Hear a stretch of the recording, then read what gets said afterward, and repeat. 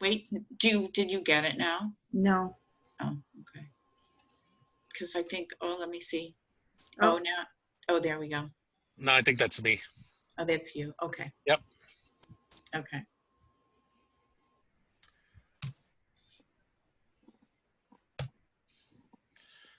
All right, so I'm sharing screen. So Carlos, whenever you want me to go to the next screen, just let me know. Right. And Cindy, I'll let you do the introductions. Hi, this is Cindy Graham. I'm one of the staff at UIC Career Services.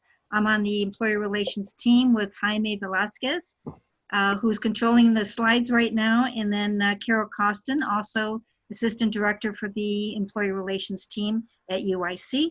So again, welcome today for our great topic of the Illinois Department of Human Services Jobs Workshop. Thank you. My name is Carlos Charneco. I'll be your presenter today. I'm with the Illinois Department of Human Services. We're going to be talking about the job opportunities with the Department of Human Services. The Illinois Department of Human Services is an equal opportunity employer. Its policy, it is the policy of the department to employ qualified personnel and to provide equal employment opportunities in the hiring and promoting of individuals. So we want to get that message out to everybody that we comply with the EO requirements. Next slide. Obviously, looking for work is always a full-time job, and that's no different when it comes to looking for work with the state, in particular with the Department of Human Services. So hopefully we'll walk you through this as best as possible, and of course we always provide support in our efforts to recruit people and for them to successfully be employed with the state. Next slide. We're going to go through this very quickly because I want to have opportunities for people to answer some of the questions, although many of the questions can be answered through an email as well. And at the end of our presentation, there will be an email to follow up with. Our objectives today is really to learn the benefits of working for the state of Illinois, and also to really identify the current job opportunities there are with the state. The state actually has over 2,300 job titles, and really people are not aware of the different types of job titles that exist in state government, and specifically within the Department of Human Services. And thirdly, one of the challenging part is actually understanding the application process with the state. So those are our objectives for today, and hopefully that'll work. Next slide. Our work hours for the most part is 37.5 hours in the calendar week. So those are the set hours that most of the state workers would be working for the most part. Next slide. The benefits are highlighted here is for working with the state. We have obviously competitive health, vision, and dental plans. Oftentimes your cost for insurance is oftentimes much lower than it is in the private industry. So when you look at salaries with the state, you have to consider the fact that they won't be taking as much money out for healthcare. So keep that in mind. We have actually 13 paid holidays, actually 12 holidays. It's just that every other year during the election of the presidential and the governor's race, there's an extra holiday on the election day. There are 12 sick days that you accumulate during the course of the year, and they do carry over. For those sick days that you don't use, they do carry over to the next year and the following year. We give 10 vacation days to start at the beginning of your start working with the state. 3 personal days are assigned at the beginning of the year, typically.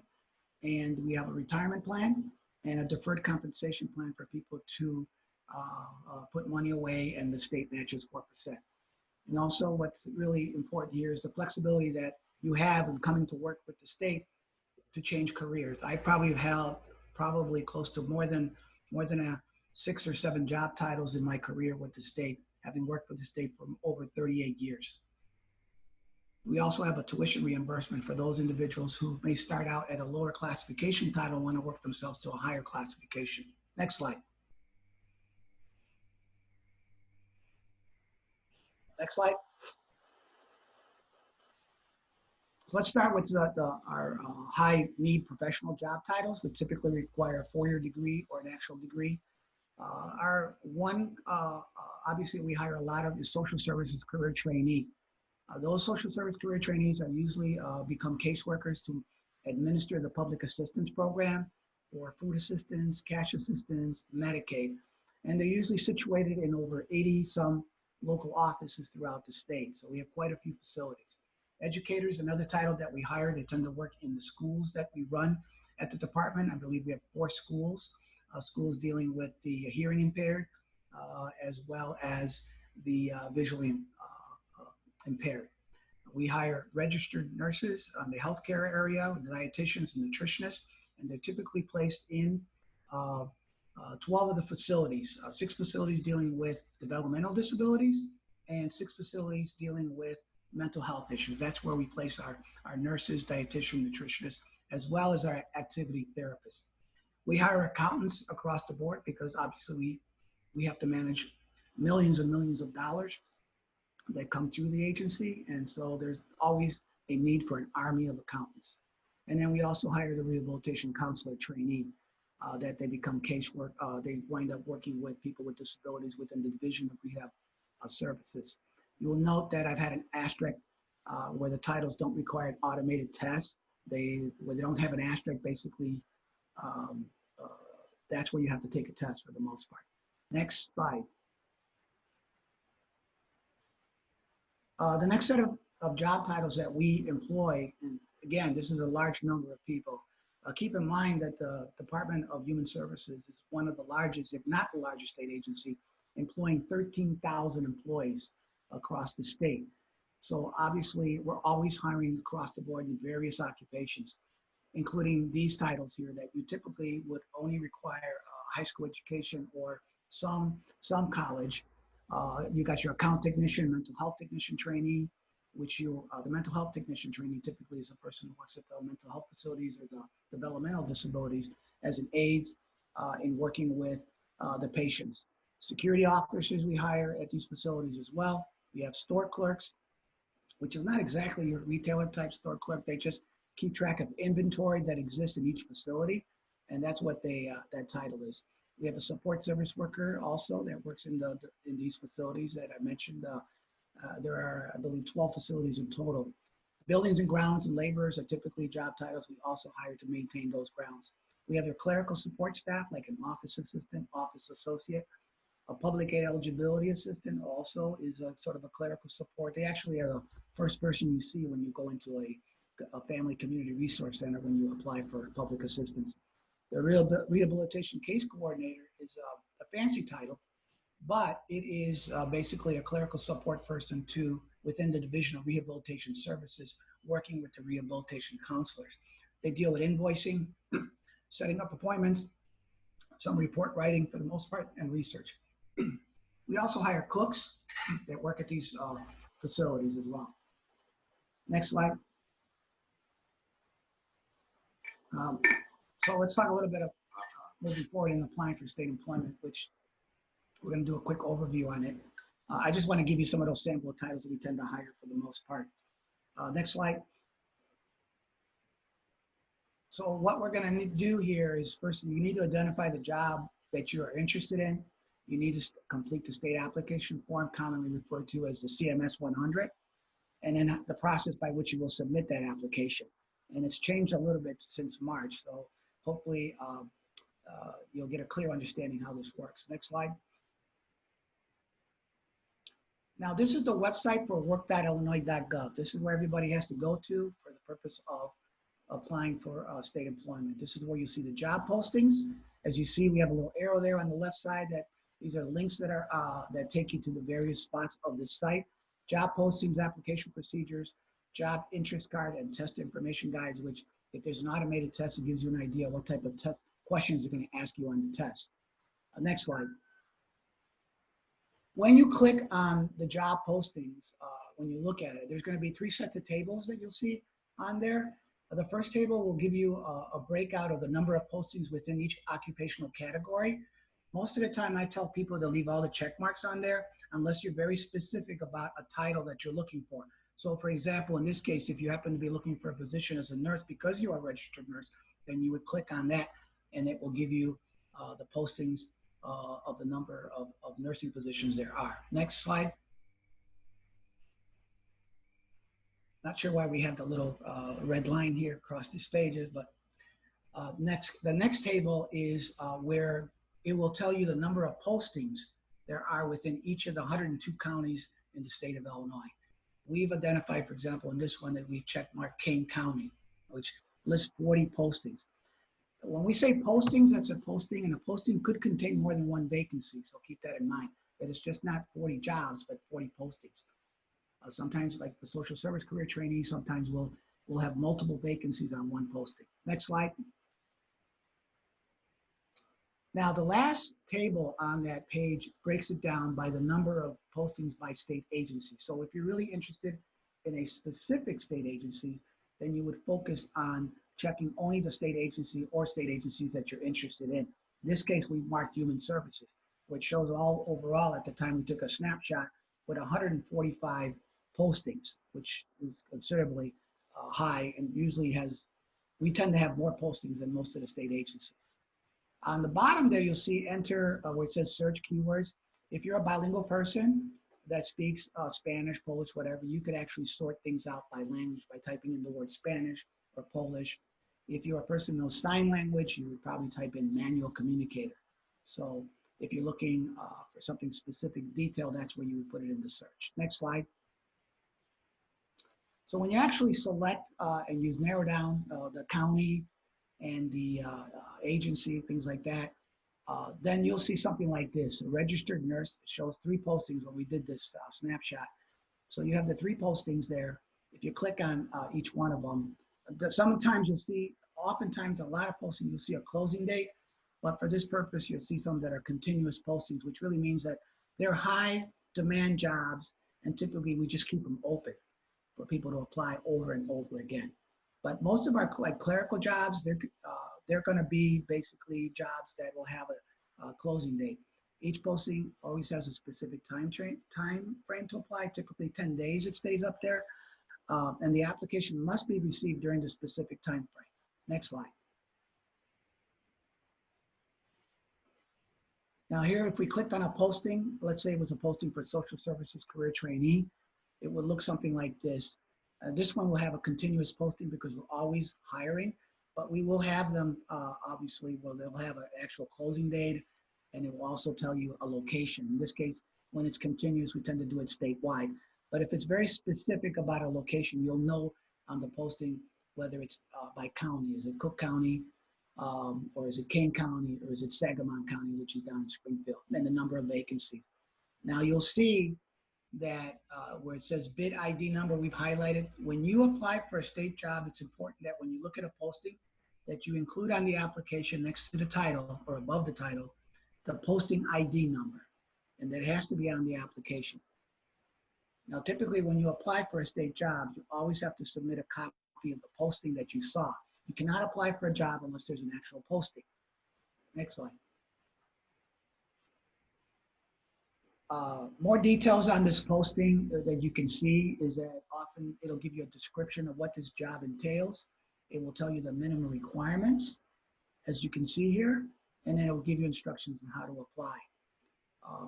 Now, I've included a red arrow at the bottom which says test information guide, and above it additional title, exam information, and class specification. So you really want to know details about the job beyond the description they've given here, you can click on class specs. If it's an automated test, then you'll see a link that says test information guide. And there you will see for this particular title that the questions that will be, the areas that you'll be tested on. Typically, you're going to have 10 questions on math, and math is never going to be algebra or calculus. It's always basic math. People do miss sometimes the questions when you try to calculate a fraction or a percentage. So I always tell people to brush up on the math in that area. And then there'll be, typically you'll have questions about your understanding of the English language, your grammar usage, and writing skills. Next slide. Now the application, where to get it, it's a fillable form. That means it's a PDF document that you should be able to type right on it and complete it and save it. The CMS 100 you'll find when you click on the forms. As you can see, when you click on forms on the left-hand side, it will take you to where the various forms are with the state, and you're going to use the CMS 100 fillable form. Next slide. Next slide. So Now, let's say you're going to apply for the, nope, that's one, you went too far. Next slide before. So here you see social services career trainee, and see how we've indicated the job ID on there? And that's what you would do. It's really important that you are very accurate about the title that you're applying for. If you write down the wrong title, they're never gonna consider you. It just gets tossed because they have no idea what you're talking about. So it's important that you look at the title that's on the posting and use that identical title to be placed on the application. You'll see the option field there. That's used for some specific skill sets for the most part. In this particular case, those letters SS mean Spanish speaking. That means that you are bilingual in postings. You'll see there's a language requirement on some of them. Sometimes it's Spanish, sometimes it's Polish. Sometimes, and Polish would be like PO, for example, and then for the Asian languages like Chinese, like Mandarin or Cantonese, it'll be CH. For people who know sign language, it will be MC for manual communicator. So you'll see these types of options when it comes to language. You're going to fill out, this is kind of standard, the rest of it is when you give out your personal information. You're going to have to complete the full social security number. Sometimes people only submit the last 4 digits, but you really need to complete the whole number. The state requires that in the application process.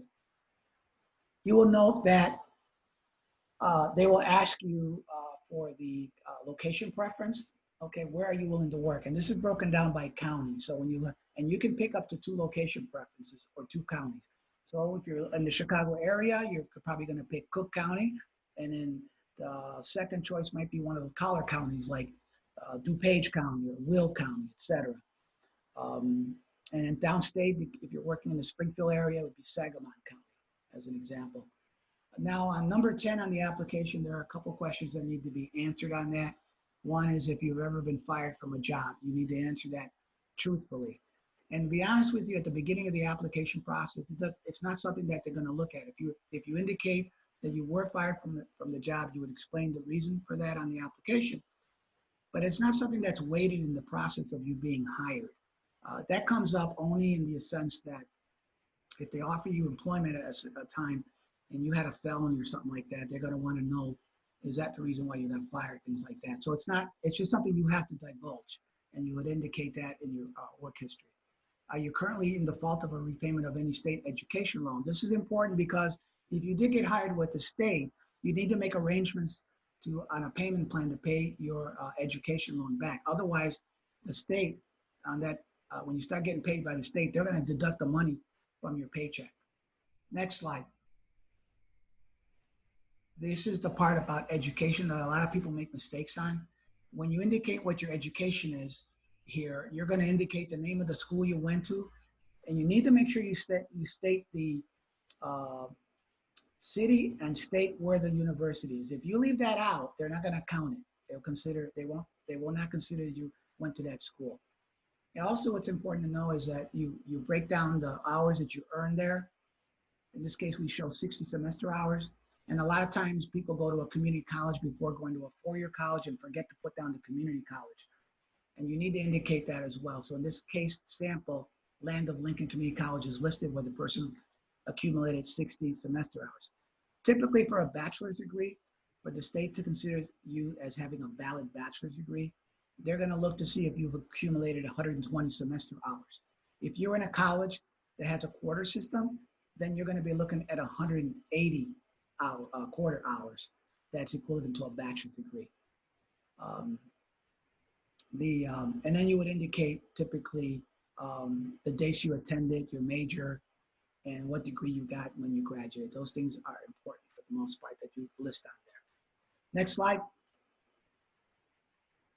After that, it's going to ask you to break down the coursework you went into college. Now, sometimes if you're applying for a clerical job that doesn't require the college degree or any college at all, you know, it's not a big factor as much because typically the education requirement to be an office assistant, office clerk doesn't really demand a lot of a college. Usually a high school education is sufficient. But when you're, let's say if you were applying for an accounting job, this is where it gets to be important because they're going to look to see if you accumulated X number of accounting courses to see if you qualify as an accountant. As you can see here, they break it down by semester hours and quarter hours, and they also break it down by undergrad hours and graduate hours. Next slide. Further down, you'll see on the breakdown of the classes you took, that if there are classes you took that are not on this application page, and where if you don't see the coursework, just type it under other, and then further down explain what was it that the detail of that course that you took. You can attach a copy of an official transcript if you want to help the reviewer, but make sure that it's stapled and doesn't get separated from the main application. Next slide. Now we get into your work experience part. Now, this is a sample how a person would fill out the state application form. They'll indicate their employer, the salary they made, the dates of employment. You want to be accurate with this.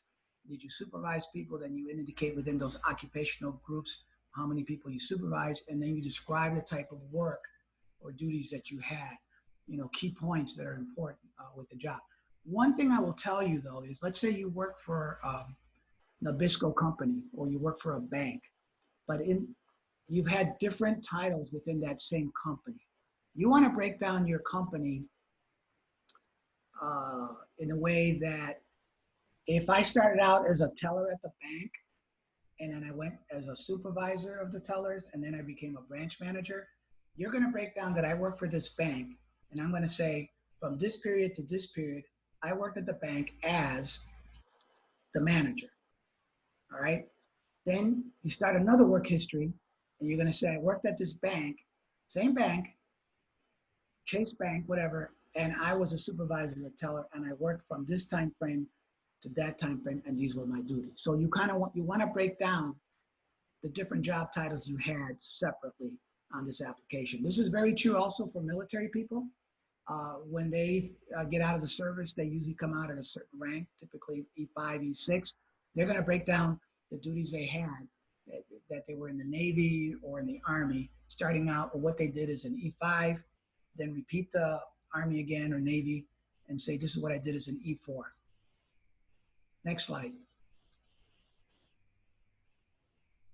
Now, this next slide tells you about the examining schedule and, knowing when to go and take the test. Right now, there is no testing going on with the state, but this will tell you more or less the hours of the examining places and the locations and the types of titles they typically will test during the course of the year.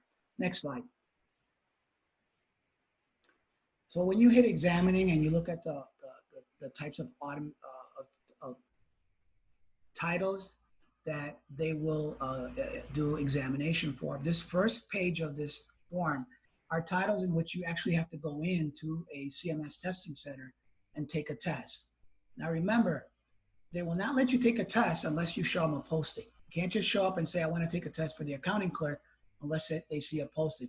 Otherwise, they will not let you take it. You can show the posting on your phone as long as they see it. You don't have to bring a hard copy, but remember that postings have to be active, so you can't bring them a closed posting either, all right? So accounting clerk, you see that, accounting technicians, you see cooks. These are jobs that we hire for. Dietitian, these are ones that if you see a posting, you're going to have to go in and take a test in order to be considered as an applicant. You see on the far right, office associate, office coordinator. Now, when you see on clerical jobs that talk about option 1, option 2, option 3, this has to do in the clerical area. Option 1 means there's no typing requirement. Option 2 means there is a typing requirement. And depending on the title, it could be 30 words a minute, it could be 35 words a minute, it could be 40. It depends on which clerical. That option 3 has to do with shorthand, which is something rare that you would see. I haven't seen one in years that requires that skill set. So it's typically going to be, most of the clerical jobs do tend to be posted with a typing requirement. You can see public eligibility assistant on here, for example, and further down social services career trainee. Most tests, these automated tests, most tests are 90 minutes. Social service career trainee is going to be close to 2 hours for the most part. So that one, that's something that you have to prepare yourself for. And then you have your switchboard operator is a title we actually hire for as well. And next slide. Now, these are job titles in which you don't take an automated test, but you still have to be evaluated. So if you were to apply, for example, as a psychologist or a social worker or a rehabilitation counselor trainee, you would have to find an open posting. You would submit the application directly to the state agency that posted it, along with the bid number or a copy of the posting. When the agency receives it, they will review it and then send it down to CMS for a qualification review. And if this is where how you fill out your application becomes even more critical, because if you omit certain work experience or certain coursework, it may lower your grade or become an unqualified candidate. As you can see here, it also gives you a little more explanation on the guide to the options. You'll see on the right-hand side, Public Service Administrator, that's a middle management job. And then further down, Senior Public Service Administrator, which is your upper management job. And typically when they talk about options in the management jobs, option one, as these things are sort of explained further down, but an option one is somebody who basically has basic management skills, typically working in let's say labor relations, personnel, local office manager maybe of a facility. But an option two is somebody with a fiscal background, and somebody who's an option three, somebody with an IT background. So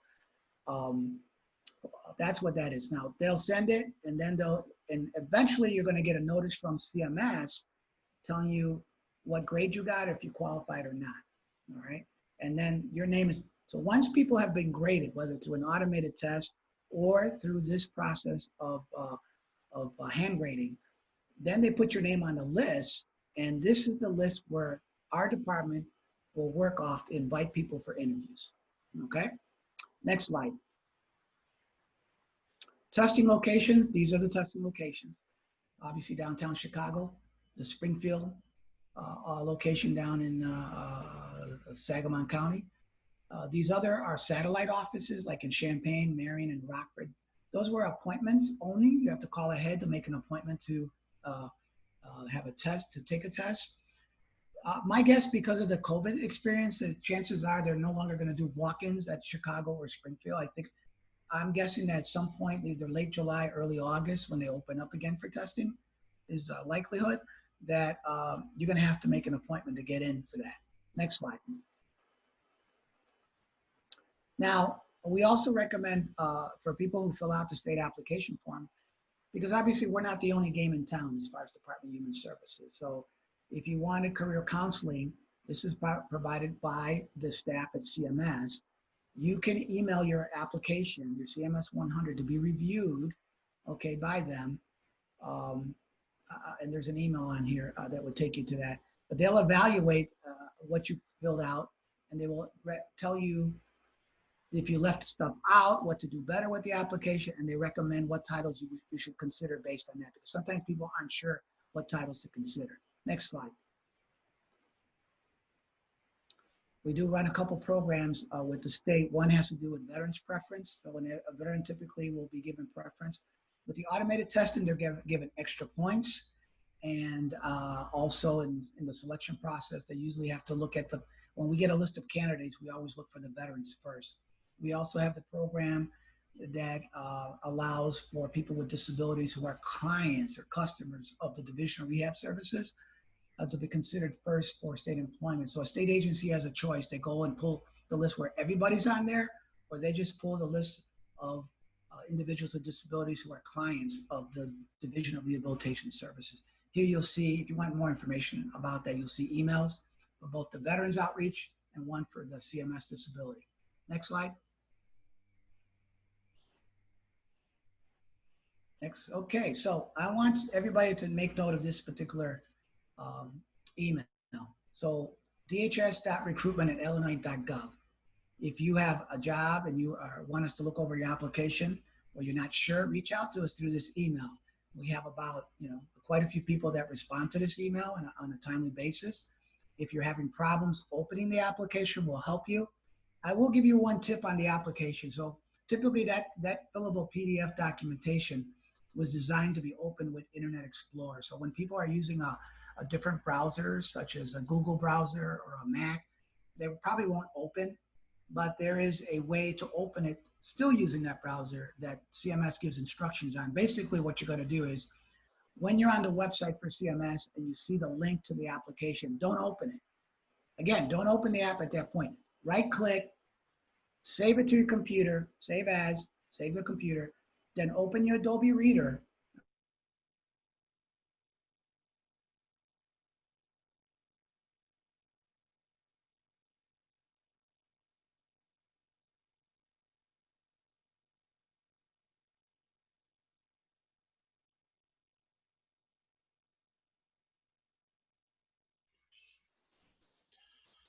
Carlos, I think we've lost your audio.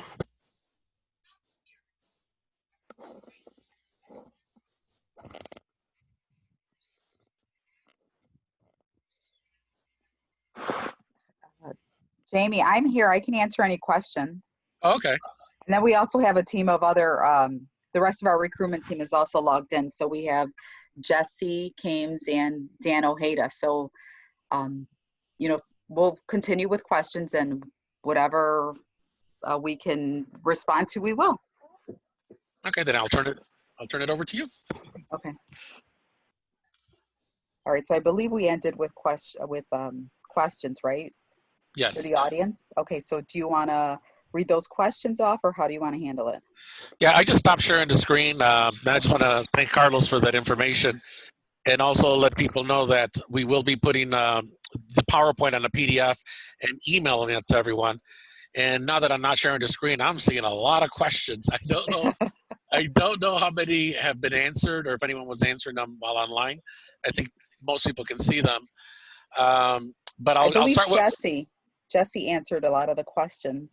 Okay, so I don't know where he stopped. I know the first one I can see is, are people who have DACA eligible to work for the state? And I don't know if that was answered. Okay, well, as long as you have work authorization, you are eligible to work for the state. Okay. Are you still eligible for career training position if you hold a degree higher than a bachelor's degree? I read yes, but just want to be sure. Yes, my understanding is, yes, you are eligible for the what we call tuition reimbursement Okay. benefit. And I'm seeing that Jesse did answer quite a few of these other ones. That one's been answered. Oh yeah, Jesse did answer most of them. So I'll go to the end over here. Okay. Because I see there were some.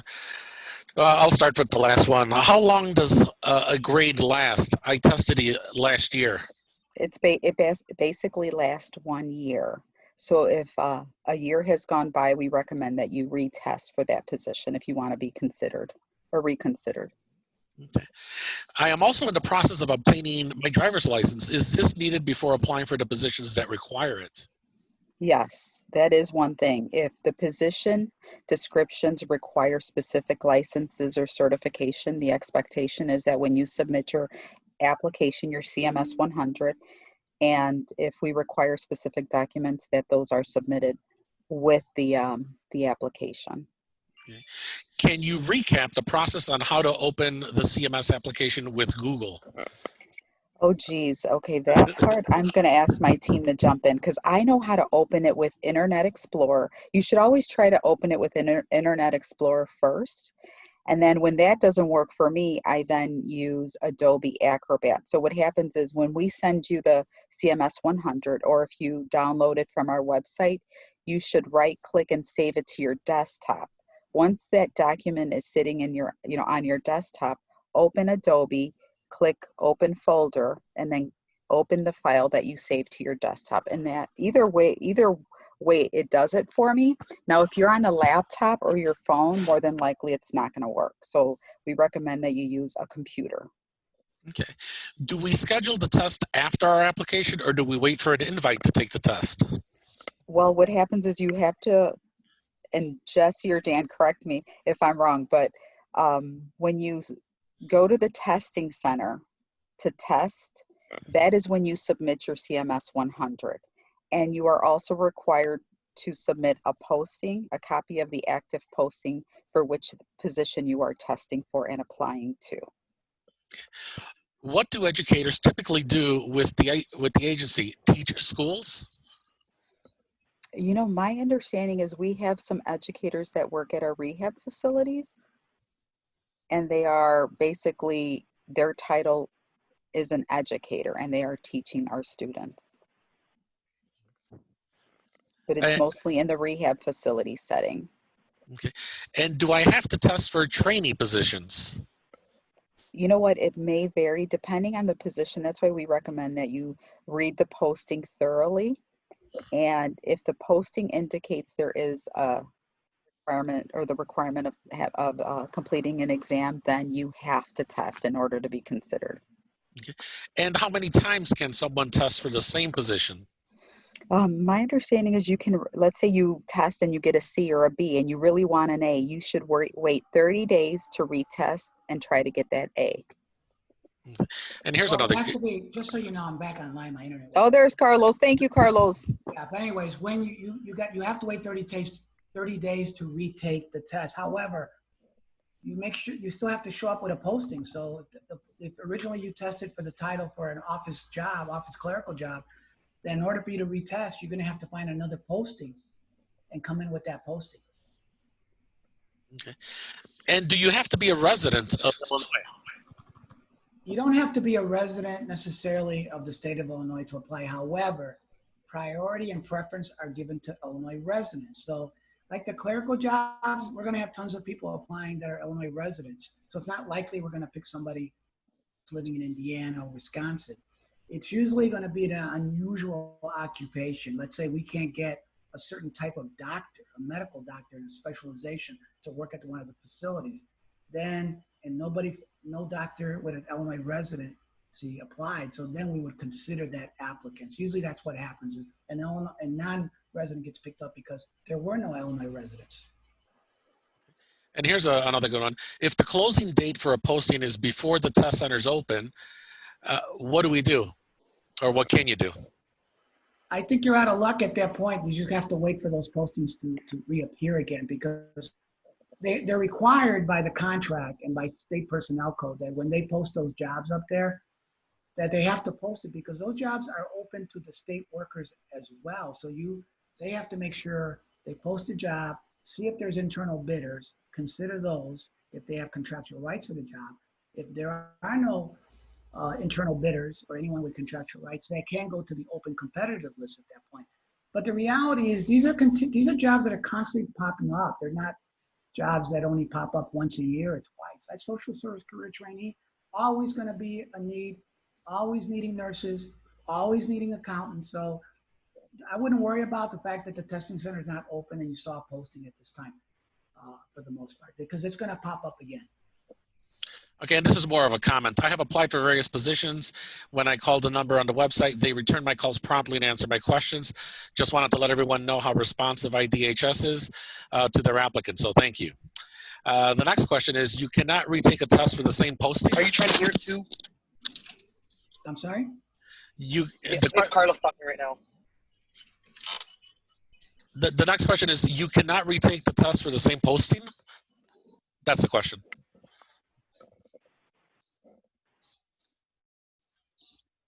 Well, he just answered that question. Yeah, you can, but you have to wait 30 days to Right, take so- the test. And you have to bring an active posting in order to retake the test. Right. So let's say I tested for a social services career trainee position July 1st and I get a B and I really want an A. So come August 1st, when that position reopens and there's a new posting on the website, I can retest for that same title. I just have to wait 30 days. But I can't just walk in the center and test on August 1st if there's no active posting indicating there's a vacancy for that title. Does that make sense? It sounds like it does. It does to me.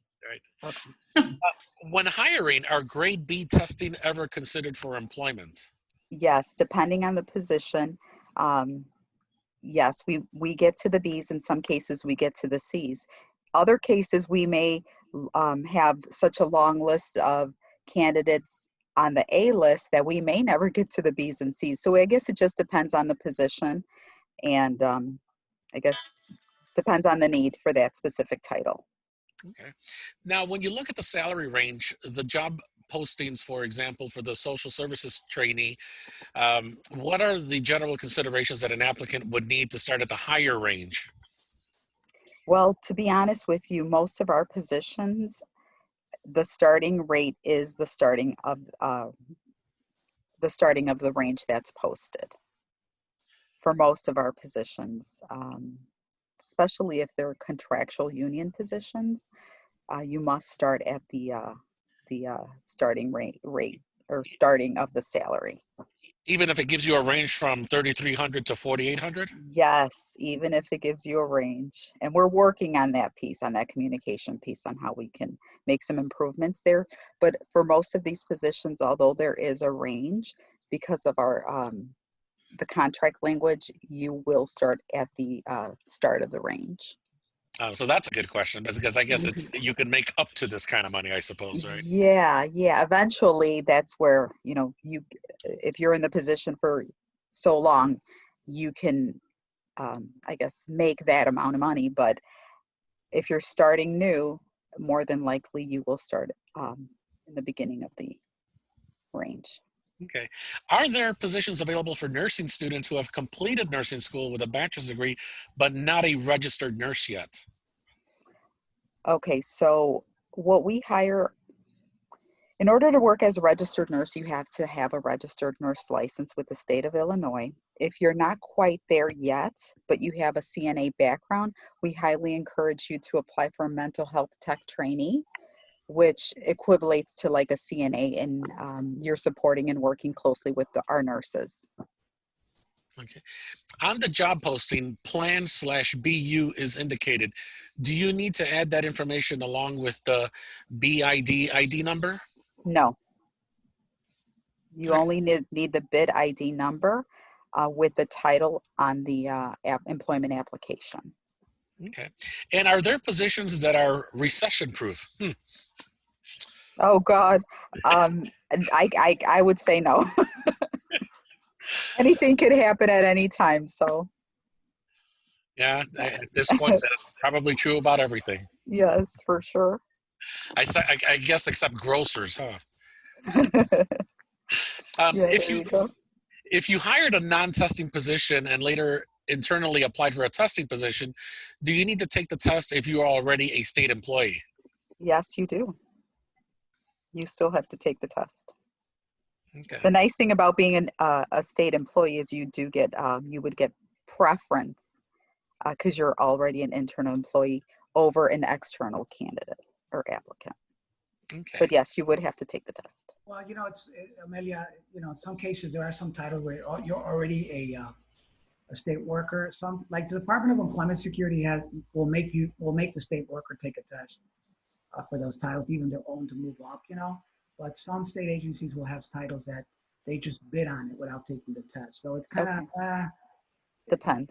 It depends on the title and how the agency wants to handle it. Okay. And the next question is, can you expand on your tuition assistance benefit? I'm interested in pursuing a graduate degree. So the Upper Mobility Program is a program that we use for tuition reimbursement specific to the people that are members of a certain union, which in this case is ASME, whatever the acronym stands for these days. But you have to be a member, and then it's only for specific titles. So if you want to be, if it's a targeted title under that program and it exists, and you want to get schooling to become credentialed for that title, then you would enroll in the program. And I would say that most of the state workers that work at DHS, you're going to be a member of that union. About 98%, almost everybody's in that same union. And so that would be part of it. Now, tuition reimbursement can be outside of the union as well.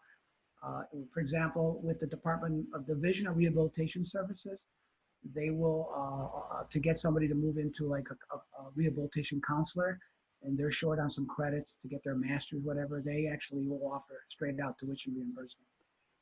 Okay. And before I get to the next question, I know people are putting their email to get the PowerPoint. I just want to let everyone know we'll email the PowerPoint to everyone that registered for this. So if you put your email when you registered for this presentation, you will get an email from us with the PowerPoint and any other relevant links for this presentation. I'm also throwing in the email that was put up on the screen on the last slide. I just put it in the chat. Thanks, Jaime. Now here, this is a good question too. Is it true that if you work for the state for 20 years, you receive insurance for your lifetime? I'm sorry, did you cut out on me? Is it true that if you work for the state for 20 years, that you receive insurance for your life or for your lifetime? So if you work for the state for 20 years, if you get to 20 years, and I hope everybody can hear me, but 20 years, that means when you retire from the state, you don't have to pay into the health insurance anymore. You keep your state insurance. Yes, and I can vouch for that because we work for the university, we work for the state too. And so that's the case with us as well. So next question is, how do we know what option to put in our CMS 100? So it depends on the title that you're applying for. So like these frontline jobs, for example, like the clerical jobs, social service career trainee, those types of jobs, you're going to put the option for languages. It's going to be SS for Spanish speaking, PO for Polish speaking for the most part. That's on that little note there. If you're not sure what to put on there, you can check with us for the most part. If you're bilingual, usually we try to capture that. If you're bilingual, you should indicate that. And if you don't know the letters, just type in the language next to the option field. You will note that where the title was on the application, the first page next to it is the option field. Just type in Spanish, Polish, manual communicator or sign interpreter, Mandarin, Croatian, whatever. Just type it in there. For the clerical jobs, if the posting for a clerical job says, it'll say option 1, option 2, right? And also postings that require language will indicate the option of the language on there as well. So that's what you would put on there. So you go by the posting to find out what to put in that option field because it'll be on there. And I'll tell you this, I will give you, for those that are bilingual and you're looking at a posting that says public aid eligibility assistant, even if it doesn't say Spanish speaking on it, I'd write it in there because they're gonna generate 2 grades for you. One that you're qualified as a Spanish speaker for that title, and one that only you're just an English speaker. That's my tip for the day. Okay, the next one's more of a comment. Thank you, UIC, for this presentation. It has been invaluable and answers a lot of questions. And thank you, IDHS staff, for providing this information and taking your valuable time to share with us. I can say I've been working with some of these staff members for some years, and they are some really great and helpful people, as I think all of you are finding out. Next question is, since the nurse position doesn't require testing, how are applicants chosen?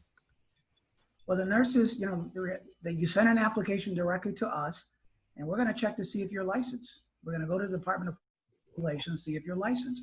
And the other criteria was handled by CMS because typically, depending on the level of the nurse, an RN, option RN2 or RN1, one I think says you have to have at least 1 year. I think the registered nurse says you have to have at least 2 years experience. So we're looking at, that's how we grade it, based on are you licensed and how much experience you have as a nurse. And you also go through an interview. Right. Mm-hmm. Well, we could talk, just to touch a little bit about the interview, Amelia, that's a good point. I would say that if you get called for an interview, typically the social service career trainee right now, because there's such a big demand and there's not enough people on the list, they don't even bother with the interview, okay? However, keep in mind that the social service career trainee is not a unique title to the Department of Human Services. It is also used by Healthcare and Family Services and Department of Aging. So they'll do their interviews, but we won't. But when you interview, it's usually going to be 2 or 3 people interviewing, and they're going to have the questions established ahead of time. And their weighted questions will say like, we're going to ask these 10 questions of everybody, of the 10 people we're going to call in for an interview. And that's what they go by. So when you go in, everybody gets the same set of questions. Each question is given a weight, 10%. This question 1 has a 10% value. Question 3, 10% value. The one that has the most weight is when they ask you, tell me what experience and education you have in order to perform this work. That's usually going to carry 30, 40%. And this is where you need to be specific and detailed about how your education and experience. I would bring your state application with you. If you go in an interview, you can read off of it, because typically the people on the panel don't have a copy of your application. They're going cold turkey on this interview about knowing who you are. The one thing I will tell you, for example, a common question is, hey, tell me, what computer skills do you have? And a lot of people will say, well, I know Microsoft Word, Microsoft Excel. So that person gets X number of points on it. However, if the person explains how they use the software, is going to get more points. So if I said I use Excel to create these spreadsheets for this project, I know these formulas and this is how I use it. I use my Word document to write a report, and I knew how to use the special features for indexing, footnoting, things like that. All right, and the next question is, what job titles are available for those who are working on their MSW degree? Well, I think if you're within 90 days of your degree, that CMS will consider you as an applicant. So you have to be licensed, right? And so we hire, that category is going to be a social worker 1 and a social worker 2. That's the titles we tend to fill. And that's not unique to our agency. You may see that title at Department of Corrections, okay? And you may see that at Department of Children and Family Services. And here's a good one. Should applications be mailed or can they be submitted online due to COVID-19? Well, let's clarify the word online. So if you're saying, can I email the application to DHS? Yeah, usually you're going to have to scan your signature page to us, to DHS, because when you send it, you're not going to send it directly to CMS, you send it to us. So you can't email them to us. Obviously, on the there's a pilot program that CMS uses where it's an actual online application, but they're specifically for management jobs. And you would log in there, create an account, and then you would create a profile, and you would then answer all these questions and then submit. But those are management jobs for the most part. So our jobs, for the most part, the social service career trainee, the clerical jobs, things like that, the rehabilitation counselor, you can email us the application or mail it. Here's an interesting one. If you've been turned down by a state job in the past, are you marked or is a notation made on your name? No, not at all. I think what happens sometimes is people, they get, they apply and they get a grade from, eventually they wind up getting a grade and they show up on the list. So if you move or you got a notice in the mail and you don't respond to the notice, at some point they take you off the list. So keep that in mind, that if you move, you should update that information. The website at CMS has a change information form under forms where you would update your change of address on there, and then it'll be on record your new address. But just because you were turned down for a job or that does not disqualify you from applying again. It's just that, keep in mind, it's just that they're going to go by the highest scoring candidates when they interview. Okay, so maybe the next go around, you'll score higher than the other people. Okay, and in the essence of time, we have 2 more questions. And this one is, what skills should be included in resumes? How lengthy or thorough should resumes be? Well, it's not about the resume for us. It's really about the state application form. So if you want to send us a resume, that's fine. But really detail actually is important as it relates to the job title that you're applying for. So if you are applying for a social worker job, 1 or 2, then you're going to talk about your experience as a social worker and those skill sets under that. So it's breaking it down, the specific skill sets and knowledge you have. Okay, and let me clarify in the last question. I misread it. The person wasn't turned down. The applicant turned down the job. So I don't know if that makes a difference in the response. I don't think it makes a response unless it's you got called twice within the year, I think. And I know, Dan, if you turn it down twice, they take you off the list. But that, I think, is what happens if you turn it down twice within the time that you have that grade within the year. So let's say you got called, you did an interview in June and you turned it down, you get called for the same title, has to be the same title. Again, you get called and you turn it down again, they probably take you off the list for that title. Okay. And after applicants take a test, how long do they wait in the candidates pool for an interview? The magic question. So it's all about timing. It depends, when do they pull the list, right? That's when people get called. And when they pull a list of, so you take a test, for example, or you get graded through the TRAEX system, with-based training and experience, and you get a grade. So then your name's placed on the list. So at what point, typically when a posting goes down after 10 days, they'll be by maybe 5, maybe 10 days after that, they'll ask for the list of applicants after they've gone through. They have to first to see if they have internal bidders. So that may take them, a few weeks, depends. If they get no internal bidders, that's fine. But if they get internal bidders, a whole bunch of them, then they got to go through those. So that drags out for weeks, right? If there are no internal bidders, then they'll go to the open competitive list, which is where you're going to be. Now what happens is, if I've got one opening and there are 50 people on that list, not all 50 people get called in. They're going to do, first they look for the veterans. Let's say there's one vet on there. That guy's guaranteed to get called for an interview, or gal. And then they'll do a random, like a lottery among those names, and say, I'm going to pick every other person or third person on this list. And so typically for every opening that they have, most cases, they'll call in 10 people. So from the time you apply, I mean, I used to ask state workers, how long did it take you? One worker would say, from the time I got my interview, I got hired within a few weeks. From the time that I applied, it took me 6 months or 9 months. Some people, so it's a timing. When does your name hit the list? When do they call for the list?